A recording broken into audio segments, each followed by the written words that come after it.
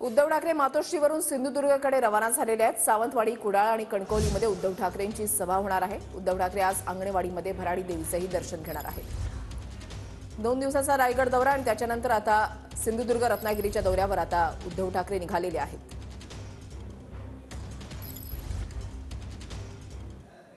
उद्धव ठाकरेंचा कोकण दौरा रविवारी दुपारी 12:45 सावंतवाडीमधल्या गांधी चौक परिसरामध्ये सभा।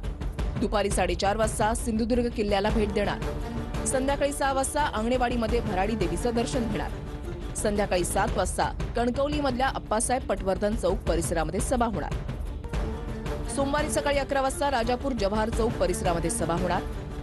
सकाळी 11:45 दूध पापेश्वर मंदिरामध्ये दर्शन आणि बांधकामाची पाहणी करणार। दुपारी 1:45 वाजता रत्नागिरीमधल्या आठवडा बाजार परिसरामध्ये सभा होणार। दुपारी 2:15 वाजता आमदार राजन साळवींची निवासस्थानी जाऊन भेट घेणार। संध्याकाळी 5 वाजता चिपळूणमधील इंदिरा गांधी सांस्कृतिक केंद्रामध्ये सभा आणि संध्याकाळी 7:05 खेडमधून वंदे भारत एक्सप्रेसनं मुंबईकडे रवाना होणार। शहरामध्ये जिथे त्यांनी सभा आयोजित केली आहे, बाजारपेठेच्या ठिकाणी मेन चौकामध्ये त्यांना सभा घ्यायची।